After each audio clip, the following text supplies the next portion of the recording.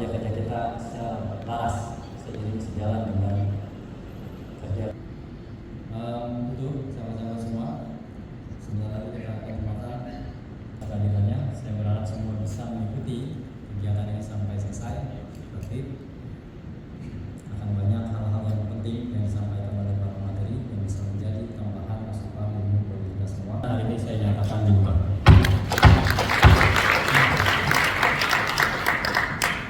Terima kasih.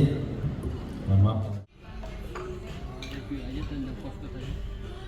Ya, merespon dari publik ya, nama-nama yang dicatat dalam proses dukungan calon independen ini, Bawaslu sebagai pengawas pemilu punya tugas mengawasi seluruh tahapan proses penyelenggaraan pilkada.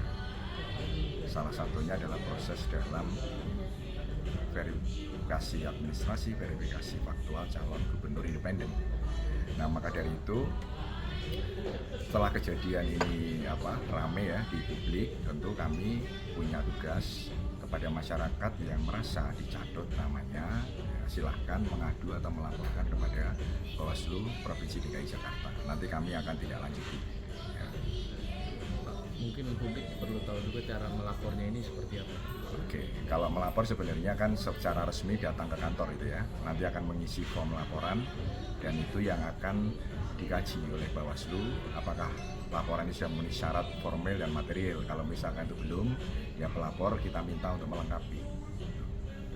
Setelah itu nanti kami akan bahas ya di forum pleno pimpinan apakah laporan ini sudah memenuhi syarat, apakah ini kategorinya apa, kategori pelanggaran administrasi atau pidana atau pelanggaran hukum lainnya. Itu yang kita akan kerjakan ya. Nah, ini cara melapornya cuma datang ke kantor aja ya, nggak ada platform lain ya? Platform lain bisa juga melalui WhatsApp center kita juga ada. Jadi masyarakat silahkan ya memberikan informasi awal kepada kami, ya kami juga akan menindaklanjuti. Ya memang kalau laporan itu kan resmi ya, harus datang ke kantor mengisi form dan petugas kami juga akan melayani. Pak, kasus ini kan udah ramai dari kemarin sore sampai hari ini, Pak. Sejauh ini sudah ada warga yang melapor belum, Pak? Mungkin secara informal, Pak? Kalau secara informal sudah ada, ya. Tapi kan laporan kalau di dalam penanganan pelanggaran itu kan sifatnya resmi ya. Nah, itu yang belum. Dan kami menyampaikan ya kepada masyarakat, kalau misalkan ada dukungan yang itu istilahnya itu tidak betul ya atau tidak benar, ya itu bisa melaporkan kepada Bawaslu. Oke. Kalau Kami akan merespon laporan itu dengan cepat lah ya. Oke. Responnya seperti apa, Pak? Nanti ke KPU-nya, Pak, dari Bawaslu terkait laporan ini. Oh, tentu kami akan menginventarisir dulu ya seluruh laporan ini gitu ya ataupun aduan. Nah, tentu setelah itu ya kami akan koordinasikan kepada jajaran di KPU DKI Jakarta. Artinya bisa dibatalkan nggak, Pak, kalau syarat dari syarat dukungan itu, Pak?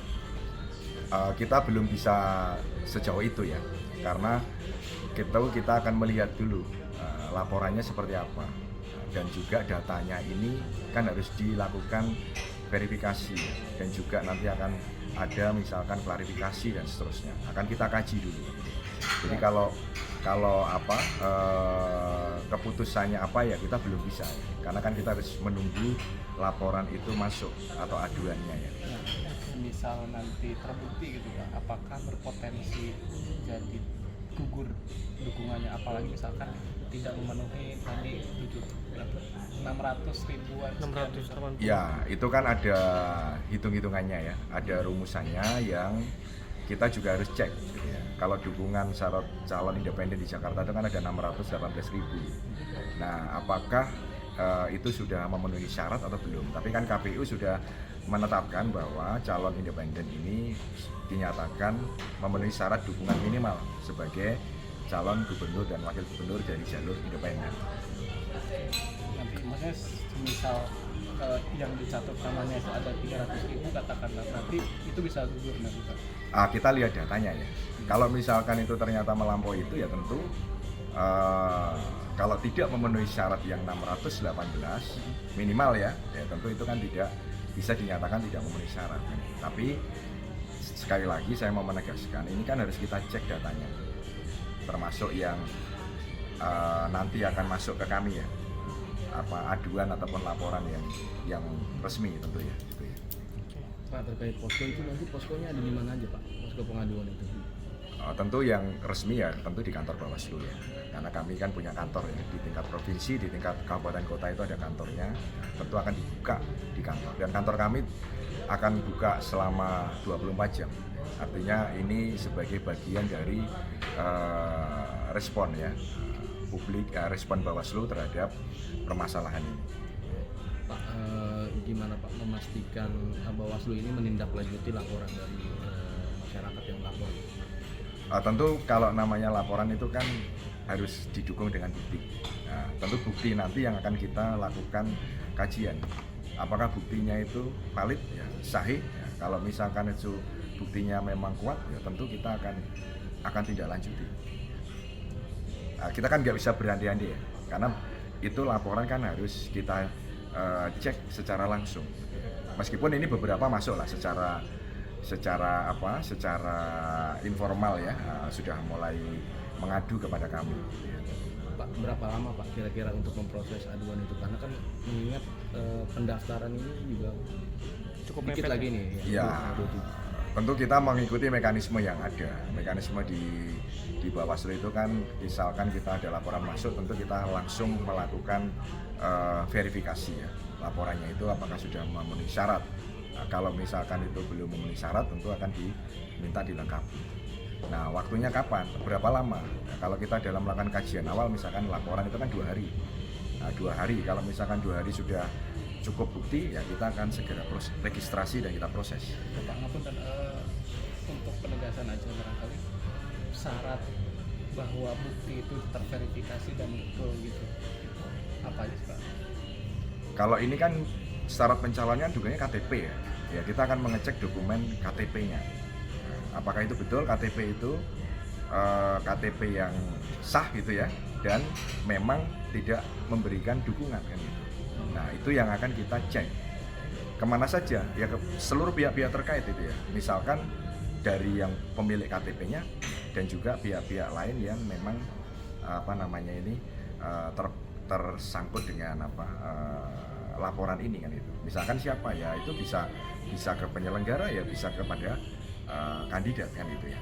Dan kita harus melakukan klarifikasi di sana. Kalau di medsos ada yang sudah meninggal juga masih mendukung itu gitu Pak.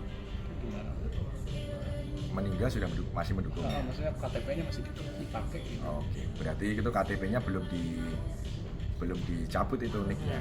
Kan kalau orang meninggal itu kan biasanya harus mengurus surat kematian ya kan itu. Nah, itu berarti ada yang belum mengurus sehingga itu dicatat masuk ke situ kan ya. Itu nanti tindakannya yang kayak gitu gimana? Saya kira tindakannya sama ya. Nah, kita akan melakukan yang sama. Intinya gini, kalau itu tidak memberikan dukungan secara resmi, tentu Bawaslu akan menindaklanjuti ini, menyampaikan kepada KPU ya. Selama ini kan yang melakukan vermin dan verifak-nya kan ada di KPU kan.